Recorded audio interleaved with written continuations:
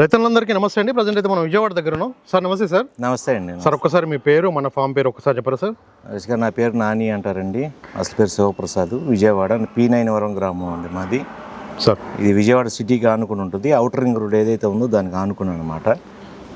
Sir మీరు ఈ dairy రంగంలోకి వచ్చి ఎన్ని సంవత్సరాలు అవుతుంది సార్? నేను దరిదాపు ఒక 15 సంవత్సరాల నుంచి ఇదే ఫీల్డ్లో ఉన్నానండి. యాక్చువల్గా మాది రైతువారి ఫ్యామిలీ బ్యాక్గ్రౌండ్ వచ్చి నేను యాజ్ ఏ సాఫ్ట్వేర్ ఇంజనీర్గా ఒక 11 సంవత్సరాలు సర్వీస్ ఇచ్చాను. ఓకే. తర్వాత నేను ఈ రంగంలోకి రావడం జరిగిందండి. ఓకే, అంటే సాఫ్ట్వేర్ రంగంలో నుంచి ఈ రంగంలోకి రావడానికి కారణం ఏంటి సార్? యాక్చువల్గా ఏంటంటే ఈ పొల్యూటెడ్ అట్మాస్ఫియర్ అనేది మనకు నచ్చదండి. ఓకే. యాక్చువల్గా కార్పొరేట్ సెక్టర్లో ఏ విధంగా పాలిటిక్స్ ఉంటాయో ఏంటో మీకు తెలుసు. సో రైతు బిడ్డగా మనకి అటువంటి అసలు పడవు. ఓకే. ఏదో రైతును నమ్ముకున్నవాడు ఎప్పటికైనా సరే ఏలాలని చూస్తాడు. అలాగే నేను ఆక్వా రంగంలో కానీ, రియల్ ఎస్టేట్ రంగంలో కానీ, యాజ్ ఎ బిల్డర్గా కానీ, అలాగే ఈ డైరీ ఫామ్ రంగంలో నేను చాలా ఒడిదుడుకులు, లోతుపాట్లు చూశాను, నిలబడ్డాను. నాతో పాటు 10 మంది నిలబడతాకి నేను రెడీగా ఉన్నాను. నాతో పాటు కలిసి రావాలని నా రైతు సోదరులకి అందరికీ నేను కోరుకుంటున్నాను మీ ద్వారా. ఓకే సార్, అప్పటి నుంచి ఇప్పుడు ఆ ఫీల్డ్ బాగుందంటారా, ఇది బాగుందంటారా? సార్ ఏదైనా వర్క్ సాటిస్ఫాక్షన్ అనేది ఉంటే అంతకు మించింది ఇంకేమీ ఉండదు. ఓకే సార్, ఇప్పుడు రైతు వారిగా మీరు ఆల్రెడీ మీ ఫ్యామిలీ రైతు అంతా ఫార్మర్ ఫీల్డ్ కాబట్టి ఇప్పుడు ఈ షెడ్ వేసారు కదా సార్. ఇప్పుడు అవునండి, ఈ షెడ్ డీటెయిల్స్ ఒకసారి రైతులకి తక్కువ ఖర్చుతో ఎలా షెడ్ వేసుకోవాలో ఒకసారి చెప్పండి సార్.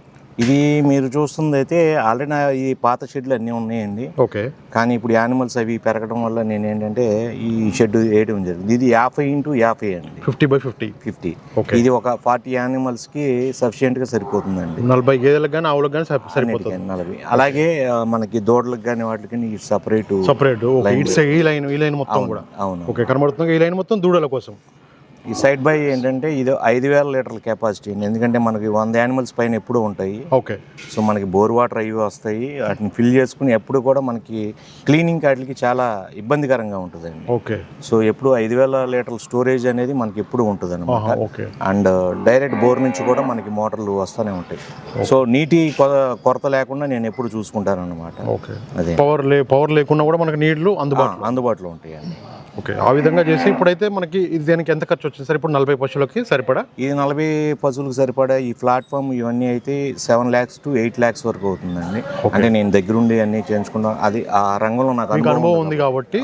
Okay, 7 to 8 lakhs. అవునండి, క్లోజ్ అయిపోయింది. ఏంటంటే ఈ షెడ్ యొక్క ప్రత్యేకత ఏంటంటే గాలి, వెలుతురు అన్ని విధాలా బాగుంటుందండి. ఇది ఓకే. ఇది ఏ దిక్కుంది సార్? ఇప్పుడు ఈస్ట్ వెస్ట్?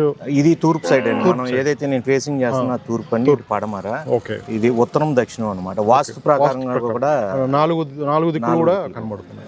ఓకే, అంటే షెడ్ వేసుకునే వాళ్ళు ఇలాంటి ఫేస్ చూసుకోవాలి. అవునండి, గాలి వెలుతురు అనేది కంపల్సరీ ఉండాలి.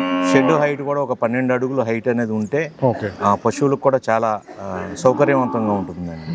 సార్ ఇప్పుడు ఈ ఐరన్ ఇవి రాడ్లు ఉన్నాయి, అవి ఎన్ని పట్టినాయి సార్ అందాదా? ఇప్పుడు ఇవి 12 అండి. 12. ఓకే. ఇప్పుడు ఈ లైన్కు 12, ఈ లైన్ 12 సార్? ఎట్లా? ఇటు 6. ఓకే, అట్లా 12 అయితే పట్టినాయి. మొత్తం సిమెంట్ రేకులేనా సార్? ఇవి సిమెంట్ రేకులు అండి. ఏదో ఐరన్ స్ట్రక్చర్ వేద్దాం అనుకున్నాను. ఈ హీట్కి యానిమల్స్కి ఇబ్బంది అవుతుందని చెప్పేసి నేను సిమెంట్ రేకు ప్రిఫర్ చేశాను. ఓకే.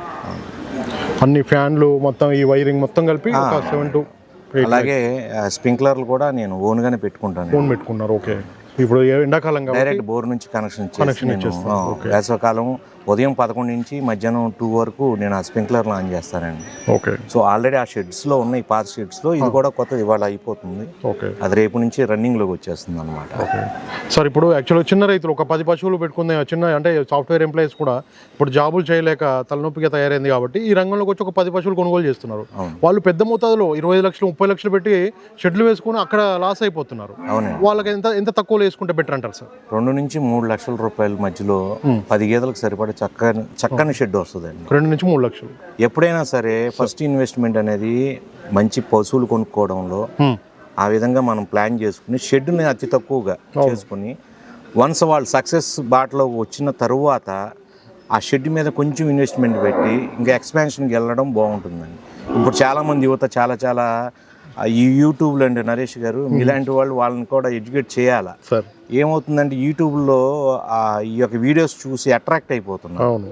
ఈ ఏదైతే మన యానిమల్స్లో 20 లీటర్లు 18 లీటర్లు 80,000 రూపాయలకి గేద ఇటువంటి మాటలు విని వెళ్ళి దూరం వెళ్ళి ఎక్కడికో ఇతర రాష్ట్రాలకు వెళ్ళి అలా మోసపోతున్నారు. నా ధ్యేయం అయితే అదేనండి. మన అందుబాటులో మన రైతులకి ఇలాగే సాఫ్ట్వేర్ ఎంప్లాయీస్లే కానీ ఇతర ఉద్యోగాలే కానీ చాలా ఇబ్బందికరంగా ఉంది పరిస్థితులు. అవును. సో మన స్వశక్తితో కష్టపడి మన మార్కెటింగ్ అనేది మెయిన్ మార్కెటింగ్ అండి. ఈ రోజులో స్వచ్ఛమైన పాలు అనేది దొరకడం చాలా కష్టమైపోయిందండి. ఎక్కడ చూసినా కల్తీ కల్తీ కల్తీ. అవును. సో మనం కష్టపడి మన సొంత మార్కెటింగ్ చేసుకుని లీటర్ సరాసరి ఒక 120 రూపాయలకి మనం అమ్ముకోగలగాలి. ఓకే. మనం ఏదో బయట దొరికే ఈ థమ్స్అప్ బాటిల్స్ కానీ ఇతర కూల్ డ్రింక్స్లో కానీ మనం డబ్బులు 40 రూపాయలు 50 రూపాయలు పెట్టుకుంటున్నామండి చిన్న చిన్న బాటిల్స్లో. అవును. మనం ఎంత కష్టపడి ఇంత స్వచ్ఛమైన ప్రోడక్ట్ని బయటికి మనం మార్కెట్లో పెడుతున్నామంటే వినియోగదారులు కూడా మనకు సపోర్ట్ చేయాలి. అవును. అటువంటిప్పుడే మంచి ప్రోడక్ట్ వాళ్ళ డైరెక్ట్గా ఇంటికి వెళ్తుంది. సో ఆరోగ్యకరమైన పాలు మనం అందించగలుగుతాం. సో ఈ విధంగా కూడా వినియోగదారులు అందరూ కూడా ఎక్కడో కల్తీలు జరుగుతున్నాయి అంటే అందరూ అలా చేయరండి. అలాగే గవర్నమెంట్ కూడా ఈ డైరీలను సందర్శించి వాళ్ళకి సపోర్ట్ చేసి వాళ్ళు ఏదైతే నామ్స్ పాటించాలో ఆ సర్టిఫికేట్స్ అవన్నీ అందుబాటులో ఉంచి వాళ్ళకి ఒక ప్రత్యేకమైన మార్కెటింగ్ ఇస్తే బాగుంటుందండి. ఆ మిల్క్ అనేవి డైరెక్ట్గా కస్టమర్ ఇంటికి వెళ్తాయి. ఆరోగ్యకరమైన పాలు తాగుతారు. ఆరోగ్యంగా జీవించడానికి ఒక వెసులుబాటు కలిగించిన వాళ్ళు అడుగుతారండి.